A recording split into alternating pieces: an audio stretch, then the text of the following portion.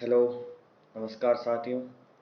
आप सभी का हमारे यूट्यूब चैनल पर एक बार फिर बहुत बहुत स्वागत है। आज हम जो टॉपिक स्टडी करने जा रहे हैं या वीडियो जिसके बारे में वो है वो जो जयपुर शहर है, जो राजस्थान राज्य की राजधानी है, उसके बारे में डिटेल स्टडी, जो कि हमारे पेपर में भी एक टॉपिक है और एक प्रोबेबल क्वेश्चन है जो आ सकता है, तो उसके बारे में थोड़ा स्टडी करेंगे। इस पूरी टॉपिक को हम दो वीडियो में बांटेंगे। जो आज का वीडियो है उसमें बेसिक इंट्रोडक्शन है कि जयपुर शहर का नाम कैसे पड़ा, जयपुर किसने इसकी स्थापना की, कहाँ पर ये लोकेटेड है, कैसे इस सिटी का इवोल्यूशन हुआ, कैसे डेवलपमेंट हुआ, और इसको मैप पे भी हम देखेंगे कि कहाँ पर ये लोकेटेड है। तो वीडियो शुरू करने से पहले आप सभी से निवेदन है कि हमारे चैनल को सब्सक्राइब कर दीजिए और वीडियो को लाइक कर दीजिए और वीडियो को अंत तक देखिए, और इससे आप अपने नोट्स भी बना सकते हैं। इस तो हम स्टार्ट करते हैं आज की वीडियो। जैसा कि आप पहली स्लाइड में देख रहे हैं, urban design of Indian cities, इनमें जयपुर के बारे में हम पढ़ेंगे आज। सबसे पहले हम ज्योग्राफी पढ़ रहे हैं तो लोकेशन पढ़ना बहुत ज़रूरी हो जाएगा हमारी कि जयपुर के कहाँ पर सिचुएटेड है। तो कंपैरेटिवली हम देखेंगे और लैटिट्यूड लॉन्गिट्यूड पर भी देखेंगे कि कहाँ पर ये है और यहाँ पर कौन कौन सी रिवर बेसिन है, या जो भी जोग्राफिकल पॉइंट ऑफ व्यू से जितनी भी चीज़ें हैं उन सब के बारे में ब्रीफली देखेंगे। तो ये अरावली जो रेंज है उसमें स्थित है। जो नॉर्दर्न अरावली है उसमें हम बोल सकते हैं कि जो उत्तरी अरावली का उत्तरी भाग है उसमें जयपुर शहर बसा हुआ है। लगभग 200 माइल्स दूर है राष्ट्रीय राजधानी दिल्ली से, और जो मुग़ल साम्राज्य की प्राचीन राजधानी थी आगरा, उससे भी लगभग 150 माइल्स दूर है। तथा ये जो गोल्डन क्वाड्रिलेटरल जो हाईवे है उस पर भी स्थित है, और गोल्डन ट्रायंगल जो बनाते हैं दिल्ली, आगरा और जयपुर, उस पर भी स्थित है। तो इसको पॉपुलरली पिंक सिटी के नाम से भी जाना जाता है, और पेरिस ऑफ इंडिया भी कहा जाता है जयपुर को। इसका जो लैटिट्यूड और लॉन्गिट्यूड अगर हम देखें तो लैटिट्यूड जो अक्षांश पर है इसकी स्थिति वो 26 डिग्री 55 मिनट उत्तरी अक्षांश, 26 डिग्री 55 मिनट उत्तरी अक्षांश एवं 75 डिग्री 50 मिनट पूर्वी देशांतर पर जयपुर शहर बसा हुआ है। यह बनास जो नदी है उसके बेसिन में बसा हुआ है, उसके बेसिन के एरिया में है, और राजस्थान के उत्तरी मैदान के हिस्से में है। यह है कुछ अन्य जो सीजनल रिवर्स है जैसे बाणगंगा, बांडी, ढूंढ, वो भी इसी एरिया में है। तो हम अब लोकेशन देखते हैं जो जयपुर शहर की। तो सबसे पहले हम इंडिया में देखते हैं। जैसा कि आप यहाँ पर हमारे प्यारे भारत का मैप देख रहे हैं, उसमें जो राजस्थान राज्य की राजधानी है जयपुर, जो ये रेड सर्किल में किया हुआ है वो जयपुर है। तो आप एक रिलेटिव लोकेशन देख लीजिए कि इंडिया में कहाँ स्थित है। उसके बाद में यहाँ आप राजस्थान में देख सकते हैं कि ये जयपुर कहाँ पर स्थित है, और उसके बाद इजीली आप यहाँ पर जयपुर को भी रिकॉग्नाइज कर पाओ कि जयपुर का कैसा शेप है, कौन कौन से इसमें जो मेजर टाउन्स वगैरह है, और इसके हम जो सराउंडिंग डिस्ट्रिक्ट्स हैं उनको भी देख सकते हैं। जैसे सीकर डिस्ट्रिक्ट है, नागौर है, अजमेर है, टोंक है, दौसा है, सवाई माधोपुर है, अलवर है, ऊपर झुंझुनू है, और हरियाणा से भी इसका बॉर्डर टच होता है। तो आप इसको एक बार पॉज करके आराम से लोकेशन देख लीजिए, क्योंकि ये जो मैप है हमारा जो जयपुर स्पेसिफिक है, जब हम अर्बन मॉर्फोलॉजी की और इसकी इंटरनल स्ट्रक्चर की स्टडी करेंगे तो काफ़ी ज़्यादा इम्पोर्टेंट रह जाएगा कि कौन सा हाईवे है, यहाँ का रोड नेटवर्क कैसा है, और कौन कौन से मार्केट हैं। तो आप आसपास के जो एरियाज भी देख सकते हैं, फुलेरा, दूदू, चाकसू, कोटपुतली, शाहपुरा, जो ये इसके इर्द गिर्द जो अर्बन एरिया के पास में जो और भी बड़े सेंटर जो बन गए हैं उनके बारे में भी स्टडी करेंगे, जो कि एक अर्बन ज्योग्राफी में, जैसा कि हमने पिछली वीडियो में देखा था जब नेचर एंड स्कोप इसका स्टडी कर रहे थे हम, तो उसमें देखा था कि जो अर्बन ज्योग्राफी है वो किसके इंट्रैक्शन को स्टडी करता है, अर्बन एरियाज और उसके सराउंडिंग एरियाज, तो दो प्लेसेस के बीच में जो इंट्रैक्शन है उसको भी हम स्टडी करते हैं अर्बन ज्योग्राफी में, शहरी भूगोल में।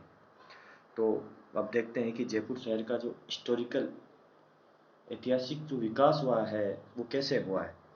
तो हम लेते हैं लगभग करीबन 10वीं शताब्दी के लगभग की। और एक बार फिर आपको ये बता दूं कि जो पूर्वी राजस्थान है उसमें जो ढूंढार प्रदेश भी कहा जाता है, जो जयपुर का एरिया है, टोंक का एरिया है, दौसा का एरिया है, उसको ढूंढार क्षेत्र भी कहा जाता है, जो कि पहले रूल किया गया है बड़गुजर कम्युनिटी द्वारा, राजपूत द्वारा और मीणाओं द्वारा 11वीं शताब्दी तक। यहाँ पर बड़गुजर की आप स्पेलिंग ठीक कर लीजिएगा, गुजर, BD गुजर, ये BAD वो गलती से टाइप हो गया। और यहाँ का जो रीजन है उसका काफ़ी ज़्यादा महत्वपूर्ण रहा है वहाँ के व्यवसायिक, और क्योंकि ये जो एक ट्रेड रूट है नॉर्दर्न सिटीज़ और गुजरात और गुजरात मालाबार, गुजरात में जो कोस्ट है और मालाबार कोस्ट है, और उसके बीच में एक ट्रेड रूट है, शॉर्टेस्ट रूट है ये। तो आप अभी वैसे भी देख सकते हो कि वेस्टर्न डेडिकेटेड जो फ्रेट कॉरिडोर है वो दादरी से होते हुए जयपुर फुलेरा के पास में होते हुए जो निकल रहा है, उस पर भी ये जयपुर शहर का एरिया पड़ता है। तो आप इसकी लोकेशन को काफ़ी इम्पोर्टेंट मान सकते हो कि जो कनेक्टिविटी है जो पोर्ट्स हैं और नॉर्दर्न सिटीज़ के बीच में, तो काफ़ी इम्पोर्टेंट एरिया पड़ जाता है। और आर्यन एपिक्स जो हमारे महाकाव्य हैं जो काफ़ी पुराने लिखे हैं उसमें इसको मत्स्य देश या मीनावाटी भी कहा गया है।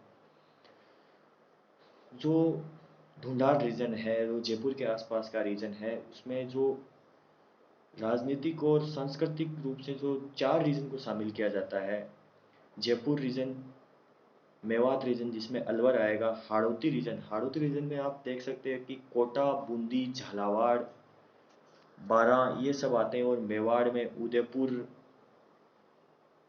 चित्तौड़गढ़, भीलवाड़ा, बाकी एरिया आ जाएगी। तो हम ये कह सकते हैं कि जो अरावली पर्वतमाला के जो ईस्टर्न जो पूर्वी भाग है उसमें जो ये मत्स्य रीजन था या मीनावाटी कहा जाता था, कि अरावली पर्वतमाला के पूर्वी भाग को कहा जाता था। इनिशियली जो जयपुर रीजन है उसमें मेन जो डिस्ट्रिक्ट है, जो अभी के डिस्ट्रिक्ट को हम माने तो जयपुर, दौसा, टोंक ही मेन था जो इसके आसपास का एरिया था, और आमेर का रीजन भी कुछ आता था जो इसके, उसके बाद में 11वीं शताब्दी के बाद से जैसे जैसे कछवा डायनेस्टी जो राजपूत वंश था उसने अपना फाउंडेशन रखा, और ढूंढार किंगडम है उसमें दौसा को अपनी कैपिटल बनाया। लेकिन जैसे जैसे दौसा से फिर आमेर में कैपिटल शिफ्ट हो गई, क्योंकि जो यहाँ के एरिया की जो मीना क्लैन है, मीना एक कम्युनिटी है राजस्थान में जो ST में आती है, वो यहाँ पर रूल किया करती थी। और दौसा में आई थिंक सबसे ज़्यादा कंसंट्रेशन है, अगर ईस्टर्न राजस्थान में देखें तो मीना की।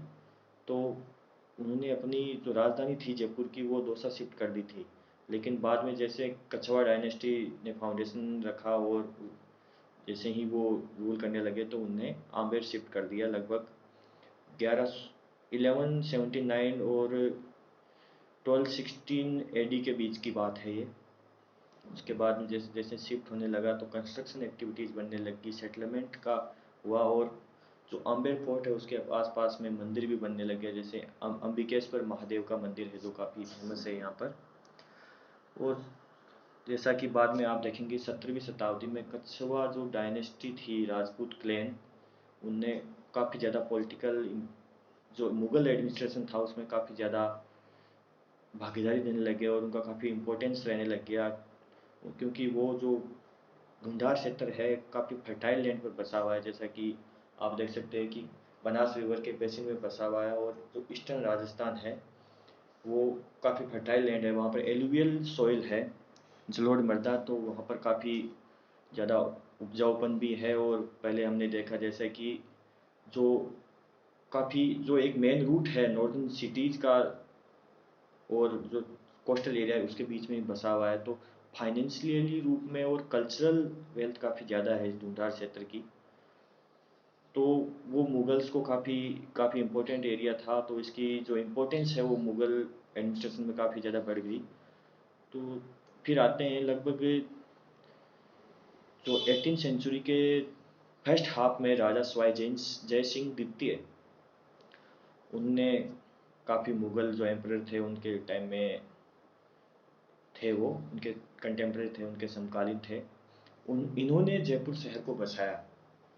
तो the real founder of the Jaipur city is was Raja Sawai Jai Singh द्वितीय। तो अब हम देखते हैं कि इसका इवोल्यूशन जयपुर का एक शहर के रूप में कैसे हुआ, उसको हम स्टडी करने की कोशिश करेंगे। जैसा कि हमने थोड़ा आपने ब्रीफली देखा कि अलग अलग रूलर्स के काल में इसका धीरे धीरे जैसे हुआ कि इसकी जो कैपिटल थी, राजधानी थी, दौसा से बाद में जब आमेर शिफ्ट हुई, आमेर से फिर जयपुर हुई, जयपुर जो महाराजा सवाई जय सिंह द्वितीय था उनने बसाया। तो इसके पीछे काफ़ी रीज़न थे कि एक कैपिटल सिटी को कहाँ बसाया जाना चाहिए। इसके पीछे काफ़ी रीज़न रहते हैं कि जोग्राफिकली या डिफेंसिवली, डिफेंस एक मेन रीज़न था। हम एक अलग से वीडियो बनाएंगे जिसमें जो इंडियन सिटीज़ की इंटरनल मॉर्फोलॉजी है उसको समझेंगे और इंडियन सिटीज़ की जो बसावट है क्यों बसी वहाँ पर। जैसा कि हम देखते हैं कि एक पाटलिपुत्र नाम की जगह है बिहार में, जो काफ़ी जो प्राचीन जो हमारा इतिहास रहा है उसमें काफ़ी जो रूलर्स थे उनकी राजधानी भी रही है पाटलिपुत्र। तो वो चारों तरफ से पहाड़ों से घिरी हुई है, तो एक सेफ प्लेस है। वो डिफेंस के रूप में पहले राजा महाराजा जो बनाते थे तो डिफेंस के रूप में बनाते थे। तो कुछ शहर जैसे रिलीजियस पर्पज से भी बसे रहते हैं, तो जो ट्रेडिशनली हिंदू जो सिटीज़ है वो कैसे बसी हुई है, बाद में मुग़ल काल में जो सिटीज़ कैसे बसी हुई है जैसा कि आगरा हम देख सकते हैं। तो इन सबको एक हम सेपरेट वीडियो में पढ़ेंगे। अभी हमारा फोकस केवल जयपुर शहर पर रहना चाहिए। तो इसके कुछ रीजंस थे जैसे डिफेंस, जो रक्षात्मक कारण क्या हो सकते हैं कि जिसके कारण जयपुर को राजधानी बनाया गया और एक नई सिटी के रूप में बसाया गया। पहले आमेर था, आमेर से जयपुर लाया गया। तो नॉर्मल लोकेशन में हम देखें कि जयपुर शहर है जो जो आमेर है उसके साउथ में बसा हुआ है। तो आमेर एक थोड़ा हिल एरिया में बसा हुआ है और ये जो दिल्ली से इसकी डिस्टेंस भी ज़्यादा दूर कर देता है और एक बैरियर के रूप में काम करता है इसके नॉर्थ में, क्योंकि जयपुर इसके साउथ में बसा हुआ है, इसके दक्षिण भाग में बसा हुआ है। उसके बाद में कुछ और आउटस्कर्ट हिल रेंज भी है यहाँ, जैसे नाहरगढ़ जो पोर्ट भी है और काफ़ी एक हिल है, रावली की ही।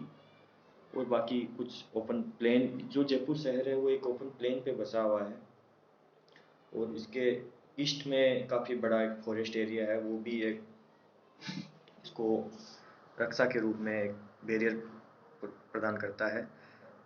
इसके काफ़ी ज़्यादा जोग्राफिकल रीजन भी होते हैं, जैसे कि आमेर है वो एक रॉकी टेरेन है, जो सेटलमेंट है ओल्ड आमेर के वो उसको एक्सपेंशन को ये लिमिट कर देगा और जो न्यू सिटी है, न्यू कैपिटल सिटी को नए तरीके से बचाया जा सकता है, जिससे जो कंजेशन है उसको कम किया जा सकता था, जो 18th सेंचुरी में डुंडा रीजन में फील किया जाने लगा था।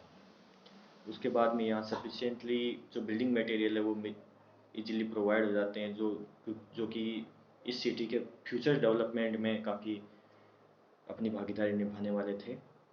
उसके बाद में यहाँ पर जो वाटर सोर्स है वो पेरिनियल है, जो वार्षिक वाटर सोर्स है वो मिल जाएगा, तो ड्रिंकिंग जो वाटर है उसकी प्रॉब्लम नहीं रहेगी और एक अच्छा ड्रेनेज सिस्टम इजीली बनाया जा सकता है शहर में। उसके बाद में कुछ फिजिकल कॉन्स्टेंट है जो एक साइट के सिलेक्शन को इफेक्ट करते हैं। कोई भी सेटलमेंट की अगर साइट को हम कहते हैं कि यहाँ पर बसना चाहिए तो क्यों बसना चाहिए, वहाँ पर कुछ फिजिकल कॉन्स्टेंट भी इसको अफेक्ट करते हैं उसकी साइट के सिलेक्शन को। तो वो भी हम देख सकते हैं इसमें कि the site was selected for the new city in a valley located towards the south of Amber, a terrain that was the bed of dried lake, having dense forest covered to north and the east of selected terrain। तो हमने जो terrain select किया है, उसके north में क्या है, Amer city और फॉरेस्ट है उसके नॉर्थ और ईस्ट में। तो एक उसको एक काफ़ी अच्छा फिजिकल बैरियर प्रदान करते हैं कि एक डिफेंसिव रूप में से भी और उसके ग्रोथ के लिए भी।